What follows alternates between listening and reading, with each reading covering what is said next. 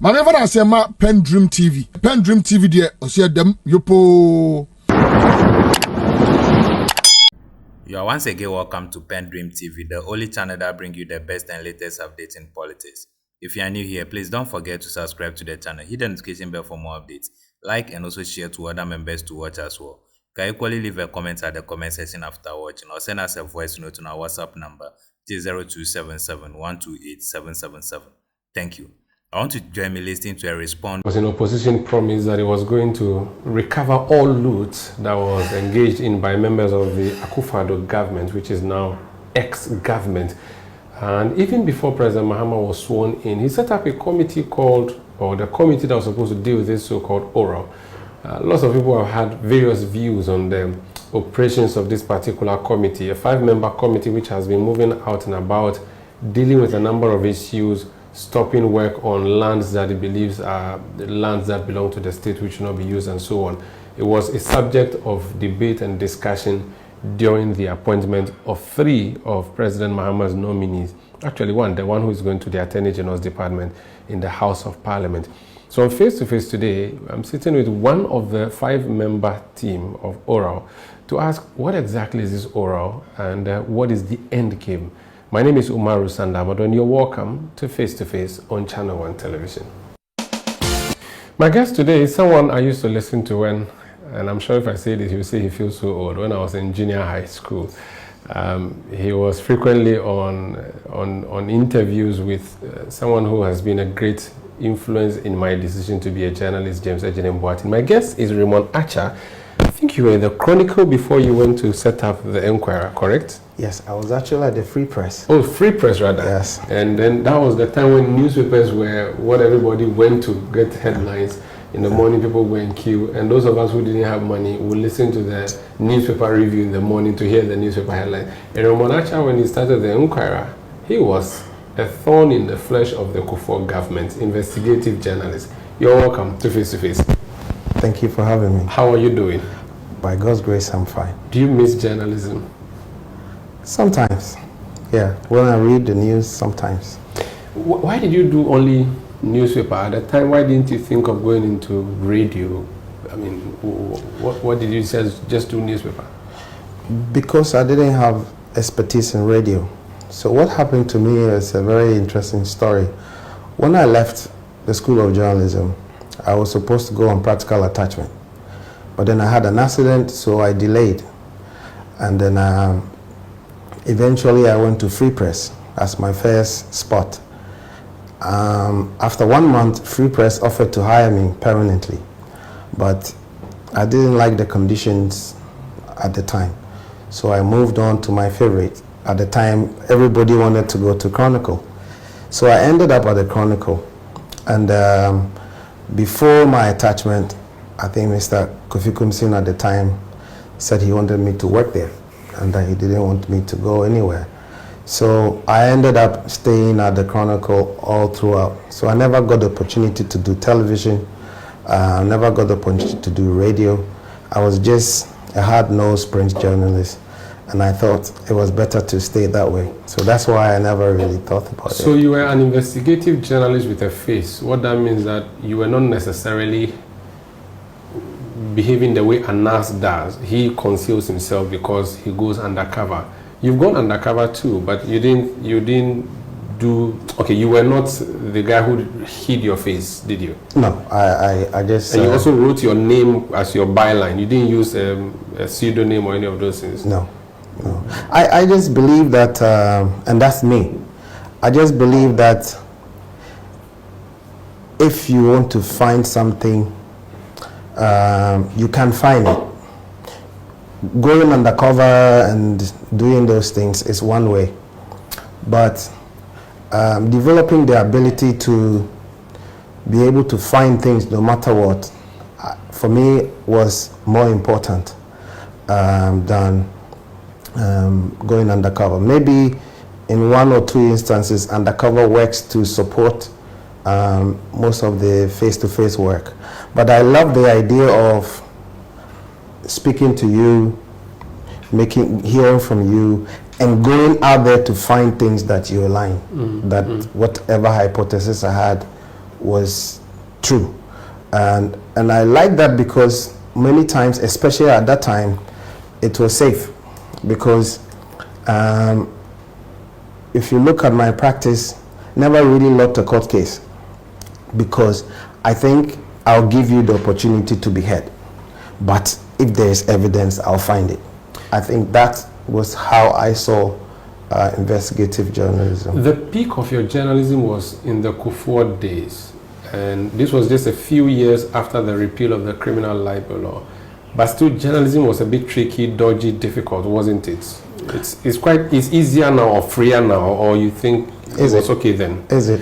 Well, I mean, investigative journalism has always been the part that makes people uncomfortable. And it's not only public officials, private sector, you name it. It is that kind that really looks into things that people want to hide. And if someone is determined to hide something and you're determined to find it, there's obviously a clash of interest. And therefore, that naturally results in a conflict. That conflict could take many forms, but that obviously is a conflict. And so, for me, whichever way you look at investigative journalism, whether it is going on record or going undercover, there's always going to be conflict. And that conflict, depending on how the level of it, or depending on how people feel, may degenerate into something else. Our duty as journalists is to hold government to task, but this role sometimes is confused with the so-called opposition media. Now, I do not know if you're a card-bearing member of the NDC, but the time you were doing journalism, NPP was in power. There were papers which were pro-NDC, like the Palava, right? The Radio Gold was offering you a platform where almost every morning I can guarantee that James Ejini Boateng would call you and interview about stories you were publishing. The Richard Anani saga, the Philip and John Kufuor, those so-called twins of Kufuor, the Giselle Yaxi and all those things. Would you say that journalism and political journalism was what you were doing at the time, or you believe you were doing professional journalism which is independent of political parties whatsoever? It's difficult for me to say what I was doing was this or that. But the truth is, usually, like you said, our responsibility is to hold government accountable, also to educate and entertain. But I majored in political reporting at the School of Journalism. So you will never hear me talking about sports. It was not my forte. Entertainment, I can barely dance. so I thought you would with your sneakers. I thought you would have as a group. Well, you know, but I majored in political reporting. I was actually the best student on practical attachment in my year group, and Anas was my mate. We were all in that year group. Yes. So for me, my interest was basically political reporting. And what's interesting, what people don't recognize is I worked in the latter part of Jerry Rawlings. And I worked at the Chronicle that was very critical of Jerry Rawlings. Okay. And I remember they used to describe us at the Chronicle as gutter press. You remember that? Jerry Rawlings used to call us the gutter press. So you were at the time worse, and I'm using this to mean opposition attacking government, than Daily Guide became later on. Chronicle was way scathier. But Chronicle was very professional. And I think it pains me that sometimes people forget. Okay, Kofi Kumsin paved the way for a very pluralistic media today. And the good thing was that Chronicle gave you the freedom to explore. And unlike many media houses, also gave you the resources to thrive. And so, as for the labels, you're always going to get them, depending on what government is in power. But would you say that you were doing NDC bidding against Kufuor, for instance?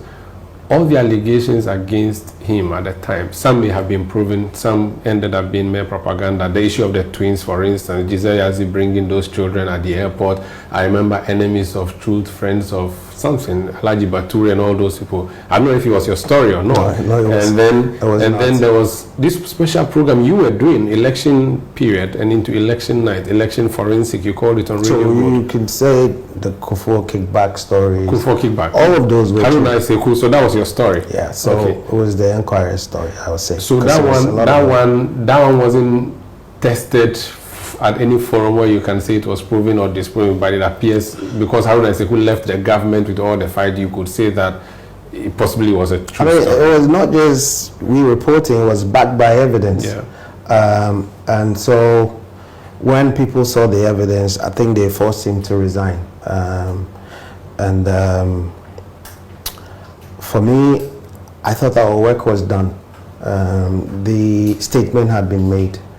And so if you look at my work, so I'll tell you, without having to say that I'm running my mouth, I was the first African journalist to win the global gold medal for the Lorenzo Natari Prize at the age of, I think, about 32, thereabout. First African, youngest ever, by the International Federation of Journalists.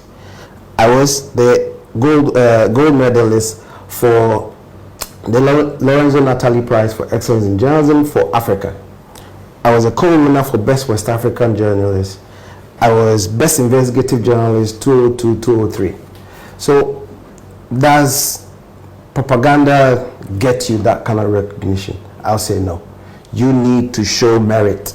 You need to show skill, especially because at that international stage, nobody knows NDC, nobody knows MPP, nobody knows Chronicle. It's just your work against journalists, top journalists from around the world.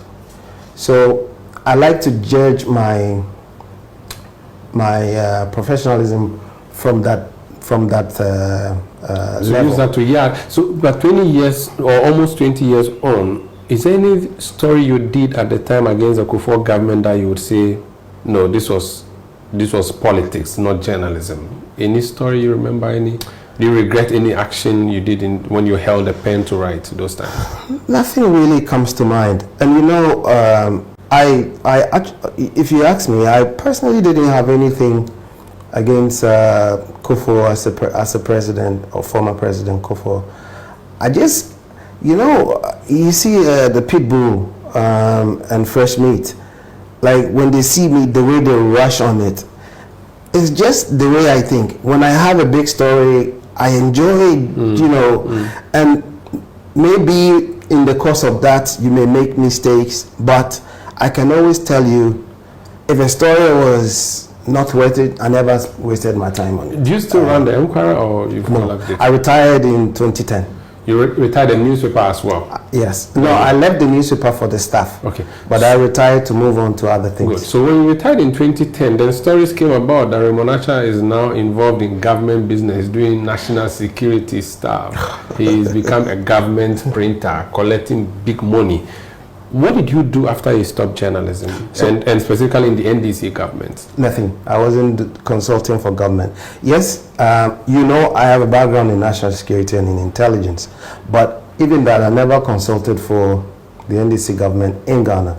I did consult for other governments, Israel, Europe, a few other countries, which I've done for quite a long time.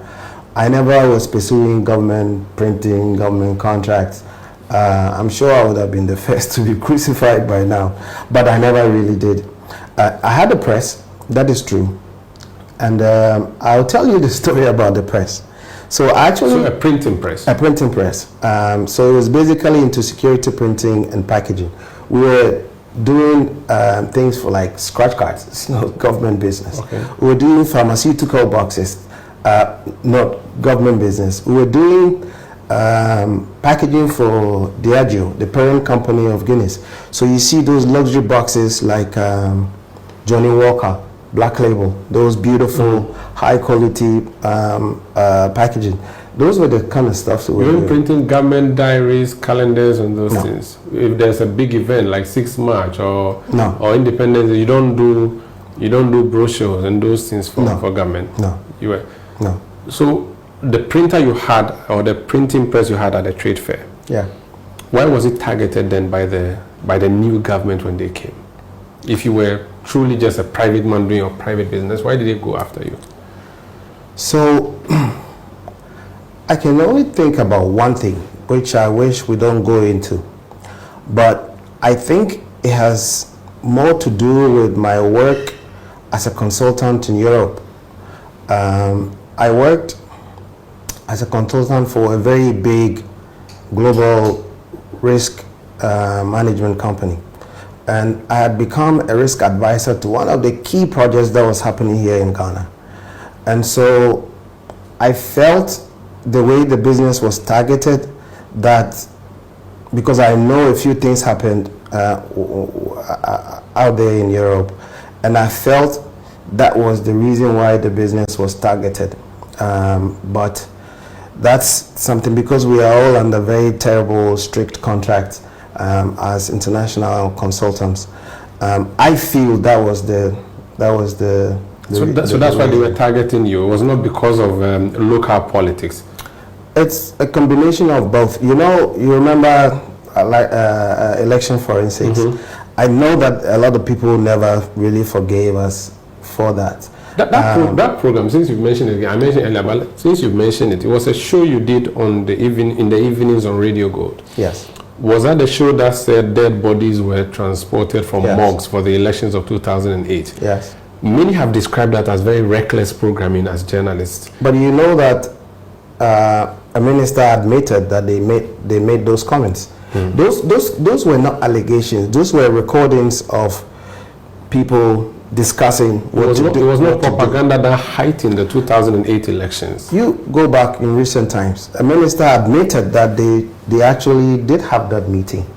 And so for me, listen, if you are in my orbit, you know, if I decide to do something, I won't do it because it benefits A or B. I actually value my reputation. So you didn't benefit in the NDC at Amil's Mahama government? No, I never for any work you may have done. You're not given any position. Not at all. Not looked for it. Never looked forward to it. Never asked for it. Okay. Before I came to do this interview with you, we received information that Raymond Archer has sent thugs to the trade fair to take over the place, and that you are indebted to the trade fair. I remember interviewing in 2017, 2018 when your printing press was demolished. Now there's a back and forth. I interviewed the CEO of Trade Fair who said that indeed you were indebted to the company. Today we are receiving information that you've sent thugs there to go and take over the place. I'm putting this to you. What do you know about it, or what can you say about it? You see, even though I come from this media stock, you realize I hardly talk. I hardly talk because of the other training that I have to have restraint, to think through things. Over the past 3 weeks, 1 month since my name came up, I've had people at press conferences accuse me of bringing people's businesses down. And some of it are so ridiculous. I'll tell you one of it. Somebody held a press conference and said that a certain businessman is suffering because of me. But you go into the document, at that time, NDC was not even in government. If you want to link the fact that President Mahama put me on the oral committee, NDC was not even in government. You look at the document says that they had reached an agreement in 2020 for some sort of a payment plan that didn't work out. You go back and it says the most recent letter was in August 2024. Election had not even taken place. But then somebody is able to come together and say, oh, and then the decision to do it is taken by someone who is a very good friend of the person he is accusing. And yet, somebody is able to hold a press conference and say, Raymond Archer is probably behind this. Listen, I'm not that powerful. Okay. One thing. Okay. I'm not that powerful. And even if I was, I will use my power wisely. I am not a very vicious person. But, of course, I was trained in Israel. And you're trained to say that if you decide and it comes out of your mouth that you are going to do something, you must do it to the end. And for me, I have never even thought about this small assignment you're given. Okay, somebody's big vision. You are just a small part of it. And then you're going to use that to, I don't even have that power, to be honest with you. So you didn't send thanks to the trade fair? Listen, and I hear this a lot. Let me tell you, and I'm being honest, I don't have that kind of power to call tax. And first of all, to even associate me that I have some sort of a list of tax that I can send over to go to the trade fair. And, so let me ask you, to go to the trade fair and do what? Take over. Take over what? I don't know. That's the communication. Yeah, but maybe you ask them. Take over the trade fair and do what with it? Because you had interest, business interests there in the past. Listen, I lost over $10 million at the trade fair since 2020. My life has moved on. I never crumbled, never crashed. Do you have a fight with the management of trade fair? Do you have a fight with them? I don't have a fight with them. I just deplore the way they went about what they did. And I hate the fact that power is used to do these things. You know, I'll tell you a story. I remember during the NDC time when Gabi and Co will go on demonstrations, and I think you saw that famous photograph where I think somebody was lashed him. I was not in government. I was a private person, but I still found the need to send him a message to say, look, this is really unfortunate. And I personally don't subscribe to this kind of violence in politics. And that was way before they came into office. I am not that kind of person. If it is trivial, if it is not important, I'm not interested. First of all, I don't even know any tax. I don't control any of them.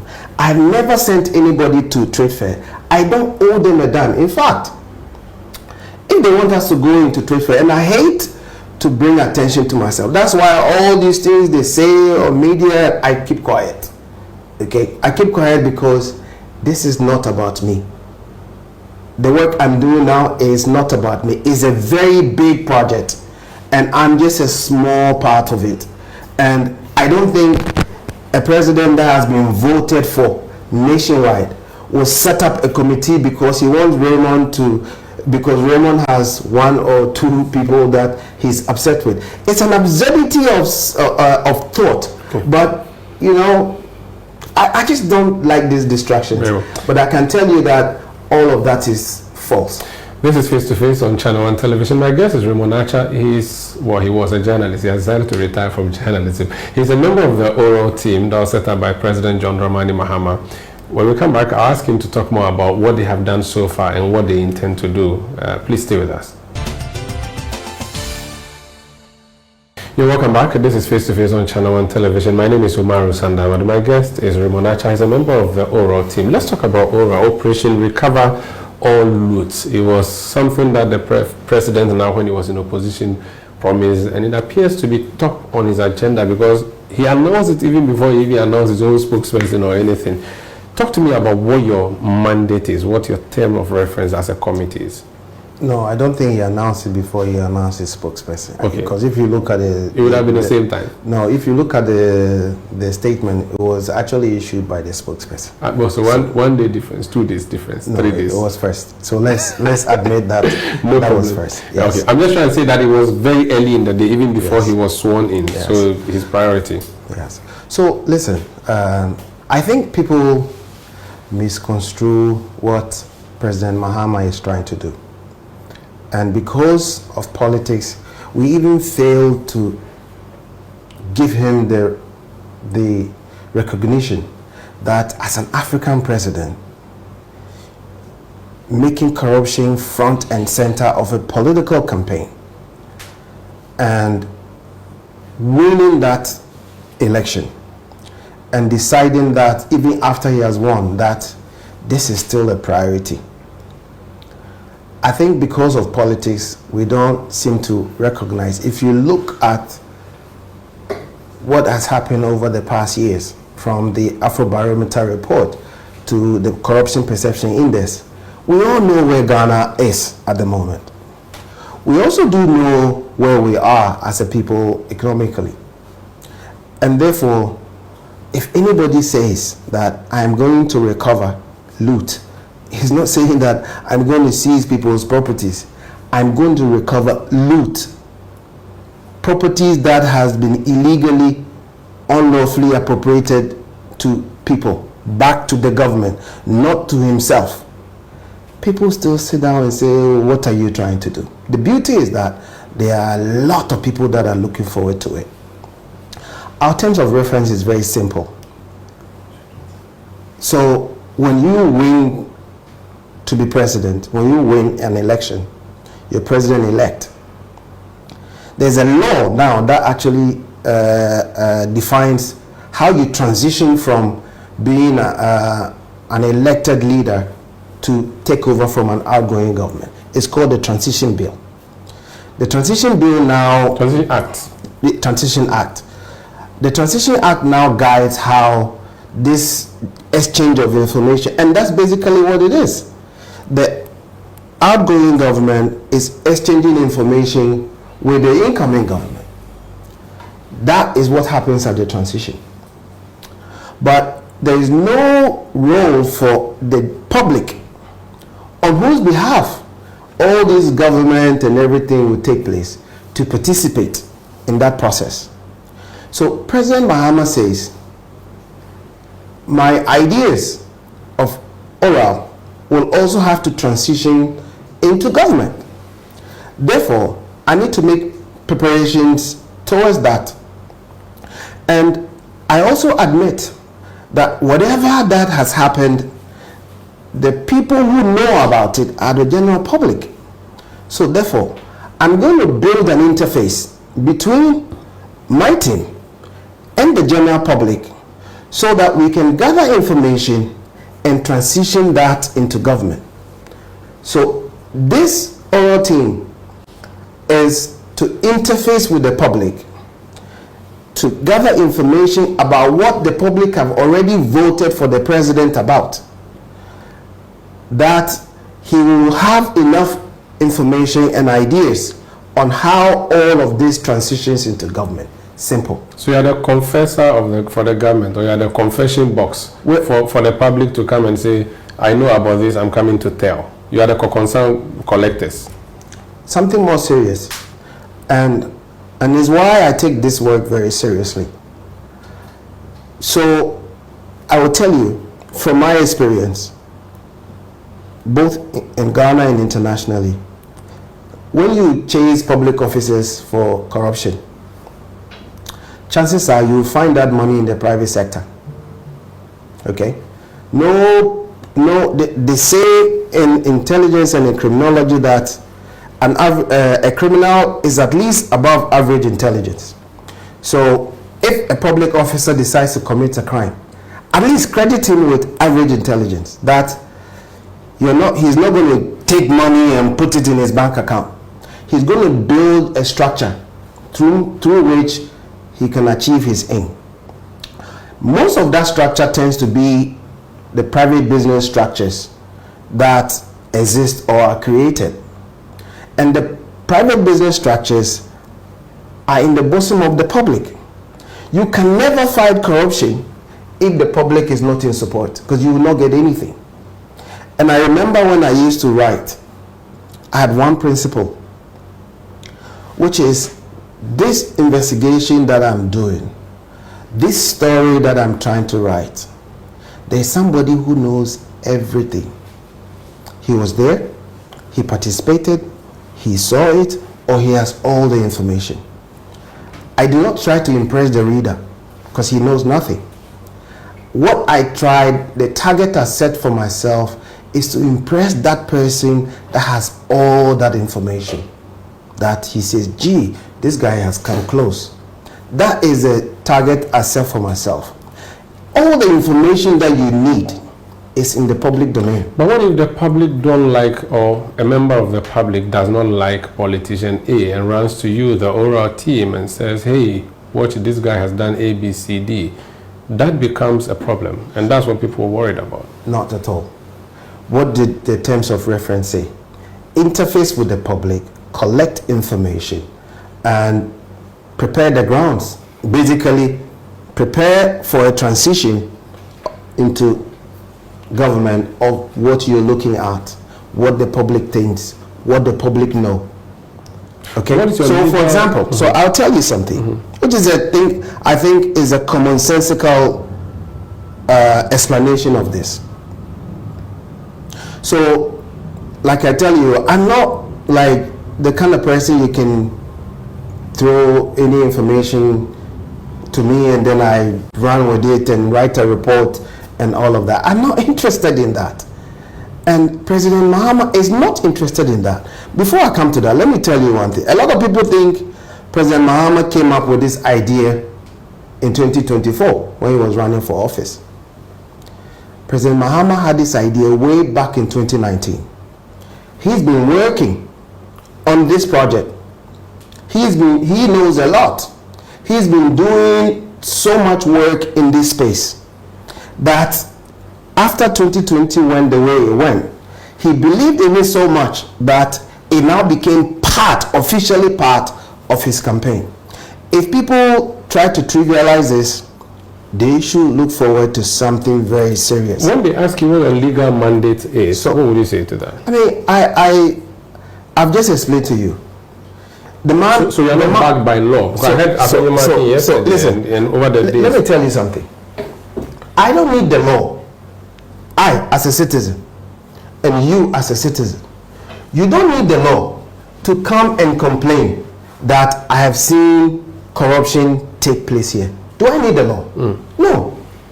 Okay?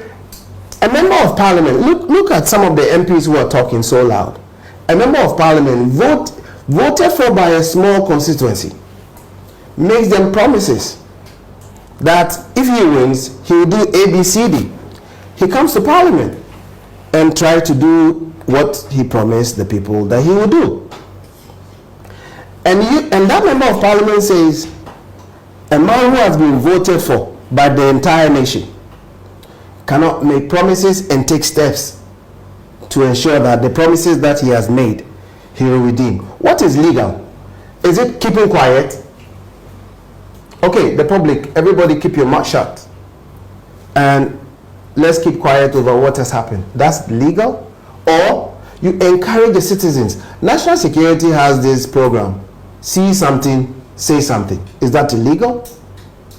What is that? How different is that from a president who has been elected that says, you have seen something, say something? How do you deal with excesses? No, let me tell you about the other question you asked me, which is, how do you go about it? In my mind, I have 3 levels. Somebody comes to you and says, and this is to think that the public is so stupid or they are so partisan that all that they are interested in is to make false claims against people. That mindset is to think that the public is not wise, they are not interested in serious things, or they are unserious people. When you send information to us, there is information that comes there is a suggestion. If we did it like this, it would be good. Suggestion. Somebody will also tell you, well, I used to work here, I think this and this was happening, you can look into it. Somebody will take the pain to write and attach documents and say, this has happened. This is information to prove that this indeed happened. So you remember the past 2 days, we've gone on what they call a validation tour. The validation tour is to basically say that you can't make an allegation that some land here has been appropriated and you attach something and then we just write a report on it because you send that petition. No. At least there's a preliminary validation that, in fact, that land even exists. You'll be surprised that somebody can write to you. When I used to be a journalist, I've had situations where people can actually even concoct stories and give to you. Okay? So the whole idea is, at least even the petition, you must validate it. And that, go and at least see that this land is actually indeed there. Which is what we've been doing. So my question would be, does it mean that everything you have done so far has been tip-off from the public only? Or there are things that you knew as a group already and you were planning to investigate? So our job is very simple. This phase of oral is to interface with the public, and especially those who have information to give. Simple. And prepare for the eventual takeoff of oral. Whichever form or what it will take in government, our president will decide. Has President Muhammad told you that, oral, I want you to investigate ABC in addition to everything else you investigate? Or he just said... Whatever he has told us is what is in the letter. So he hasn't given you specific areas he wants you to focus on? So how would he give it to us? He hasn't told you, for instance... In fact, since we started meeting, we haven't met the president. Okay. We were given a mandate and we went straight to work. So my question is, have you depended only on tip-off from the public, or you have other things that even when NDC was in opposition you thought was wrong that you have come to validate or otherwise? You see, that's the question I thought people should be asking.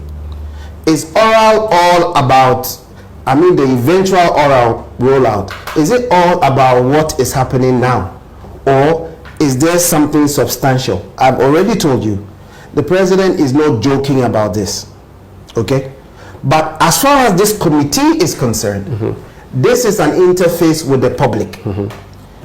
And mind you, President Mahama may have different avenues of information that may not be part of what the public has given. There may be cases that are very serious that may not even come from the public. So those who are trying to look at this in this kind of lens, I urge them to look at this is a very serious.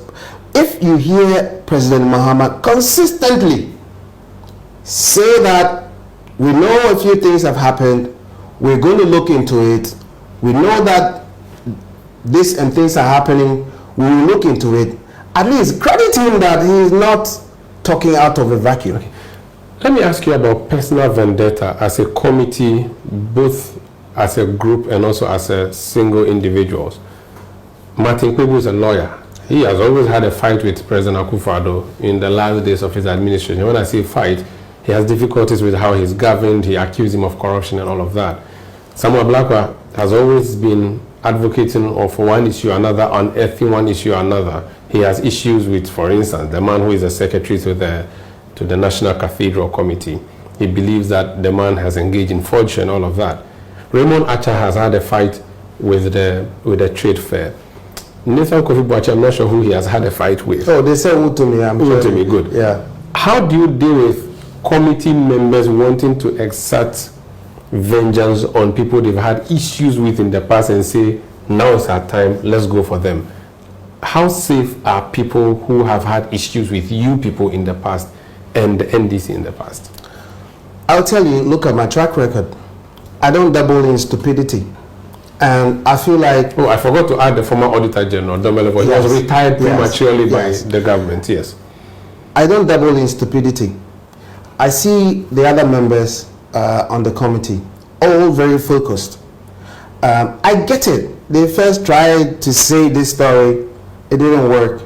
Then they tried to pitch you against, it's not working. Then now they say, oh, even the whole thing is illegal. It is normal for something of this nature to have those kinds of talk. But listen, President Mahama has been about... Look at what has just happened in terms of the victory. And people think that he will select somebody or he will form an organization, bet his presidency on it, because of the fact that Wuntumi said he will banish Kofi-Boakye from Kumasi. That's why he set up Oral. That the public will send information because Wuntumi said Kofi-Boakye should be banished from Kumasi. These are the deliberate attempts to belittle what is about to happen. I'm telling you, since 2019, serious things have been going on. And personally, I'm not interested in who has offended you. This is bigger than all of us. Listen, we're a small part of a very big project. And how does oral exact vengeance on people? We are not investigating. We are only receiving tip-off from the public. How do you metamorphose that into exacting vengeance? But if we are not even the ones. We are just a conveyor belt of what the public says. So you're like a fact-finding mission? No, we are like an interface between an incoming government that wants to reach out to the public about the major project they are about to roll out. So why are you giving orders already? For instance, you went to the Northern Development Authority and you ordered that a wall that had been put up would be demolished. You, the oral team, when you went to that place, Kofi Boakye did. Kofi Boakye works for national security, you know that. So he was acting as national security, not as oral member when you went there as group of 5 and he said, pull the wall down. As I sit here, I don't even know whether anybody gave any directive. And I was with the team. It was in the record. When we left. We had that on the record. At the time we left NDA, the wall was there. But he gave the order that there was a pull. I'm saying that national security, you can say that national security gave the directive for that to be broken. But he went there as oral, not national security. I'm saying that, do you know whether he made that decision as a member of oral or as a member of national security? I know that he made it as oral because it was a group of 5 of you who went there under the auspices. At the time the wall was broken down, no, who was there? The first time you went to NDA. We've been there twice. So what was the Each time when we went and left, the wall was there. Yeah. Okay. So I'm saying that the first time and first of all, let me tell you, oral does not have, apart from the 5, we don't have any staff anywhere like people say there is hooligans here, there are people here. Beyond that team, we don't have anybody that we can say, go and do this, go and do that, go and do that. So basically, I'm just telling you it's not true. No, but we had him on camera, on record, say that pull this wall down. I'm saying he would have said that in this capacity. So you have to understand that he wears two hats. Yeah, but so he will not have said that in the capacity as a member of oral. Please, let's understand that. So if he said that, I don't know he said that. And if you have it on record, you said that, you can ask him. Okay. So I'm just telling you that as oral, we have not ordered for any wall to be broken. Let's talk more about a modus operandi. Do you order a freeze on operations when you get to a site? So for instance, the wall, would you have, if you met Masons buildings, do you have the power to say to them stop? If you went to a land that you thought was being encroached, did you have the order to say stop encroaching? Did you have any order, or you just okay, this was happening, you got to write it down and go back? If you go to, I think, agric mechanization, yes, at the time we went there was military there already. Yes. Did we send them there? No.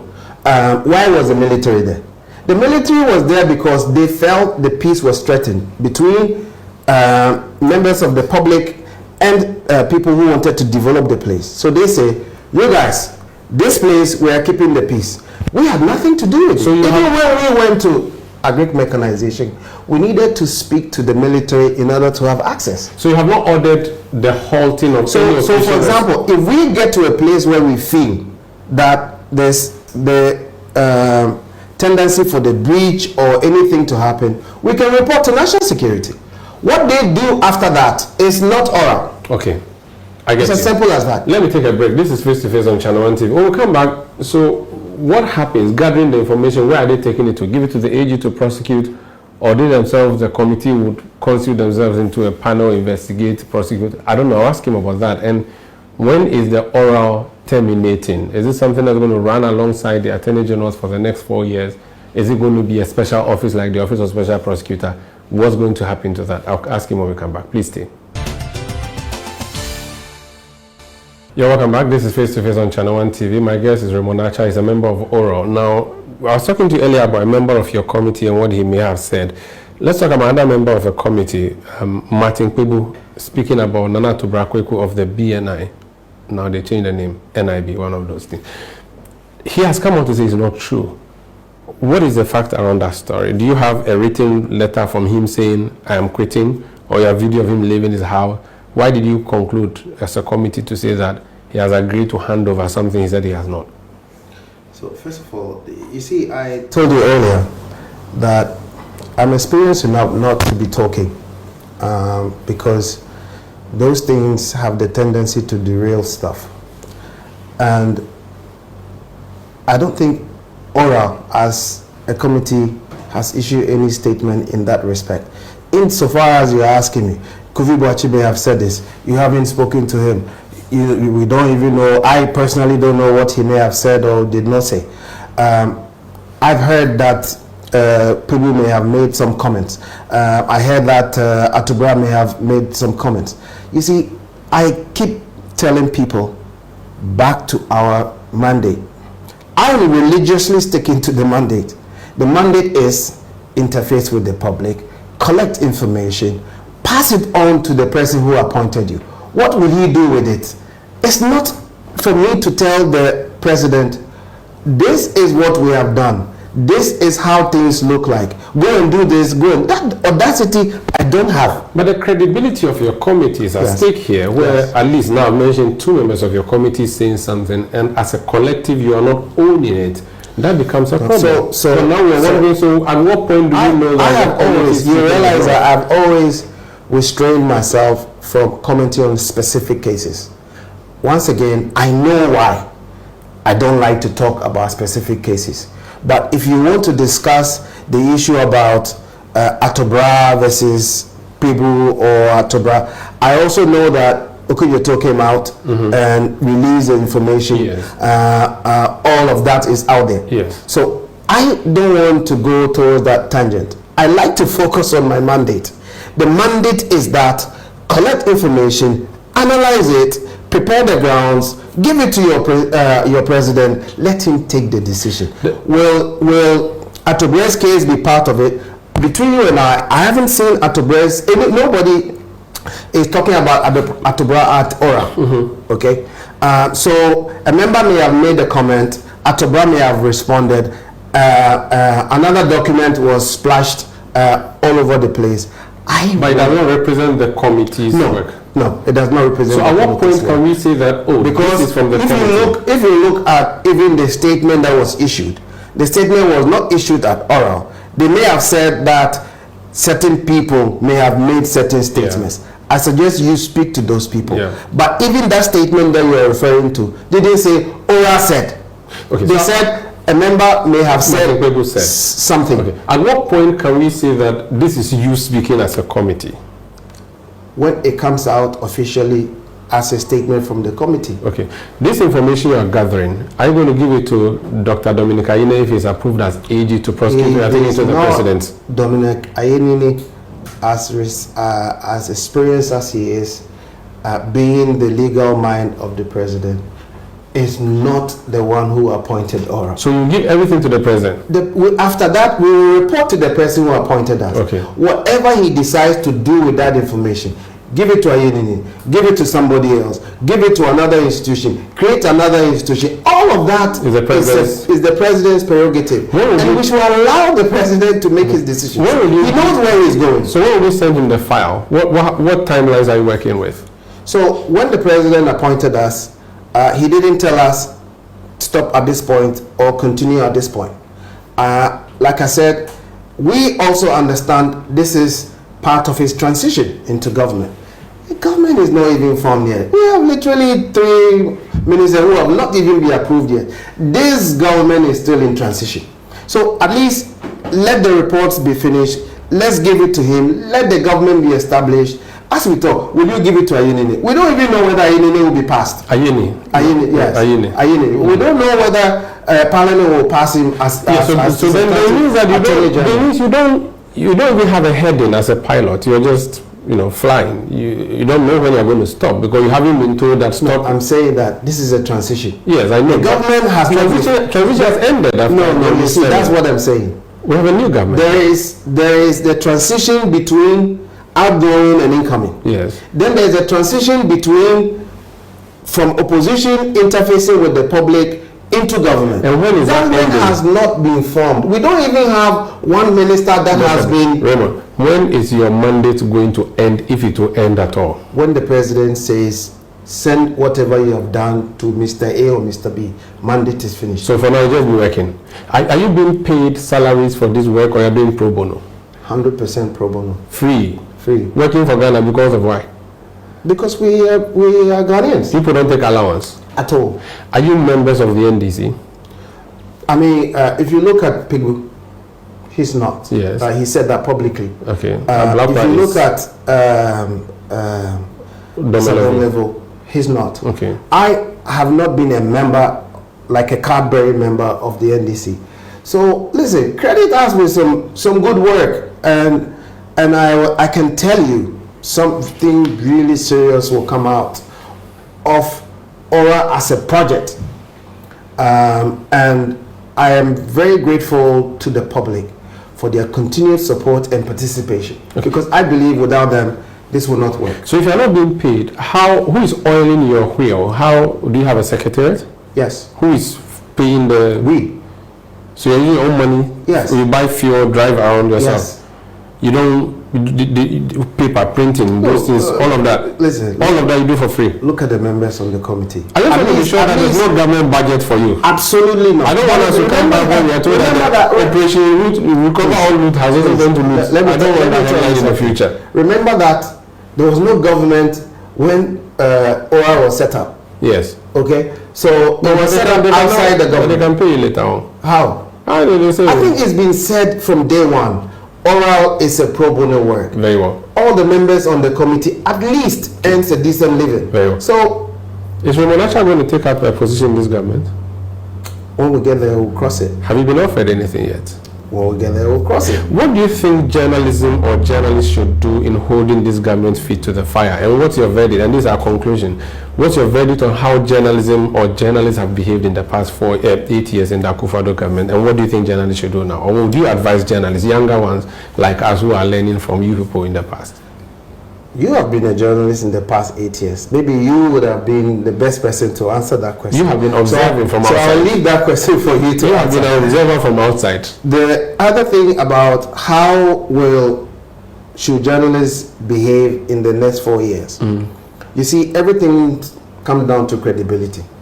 If you haven't developed the credibility to hold government accountable, it's difficult for people to believe that all of a sudden you are. So consistency is important. The other thing is, so if you the president himself is holding the previous government accountable. Therefore, it goes without saying that, like I told you from the beginning, every criminal is above average intelligence. You will know that once they are holding people accountable for these same things, you better be careful. The president has said, if you go and do something, they are coming after you. He didn't say that the previous government or the current government. If you go and misbehave, and they're coming after you, don't call me. If the based on the first thing you said, if I were a reporter for you, Enquirer, and I brought a headline that said Raymond Archer says, if you're a journalist who slept in the past 8 years, don't wake up now, would that be a fair headline? If you're a journalist who was asleep for the past 8 years, please don't wake up now. See, for me, if you ask me, my honest opinion, I would say that accountability is accountability. Doesn't matter when. Keep doing what you do. And I was telling you within the context of credibility, because that's also very important. Very well. If you've been sleeping all of a sudden, all this while, and all of a sudden you wake up, the public is like, where have you been? That does not mean that your right to hold government accountable is taken away from you. Raymond Archer, member Oral Team, thank you for joining us on Face to Face. Thank you for having me. Thank you for staying tuned. PENDREAM TV really appreciates your time once again on the channel. And to our new members, we urge you to subscribe to the channel. Hit the notification bell, turn it to all posts so that you'll be notified duly of anything that will be loaded onto the channel. Thank you. PENDREAM TV now, so far so good. Say open online portal e Ghana. Nipa share, nipa follow, nipa comment here. To my best of knowledge, without any biases. Pendream TV.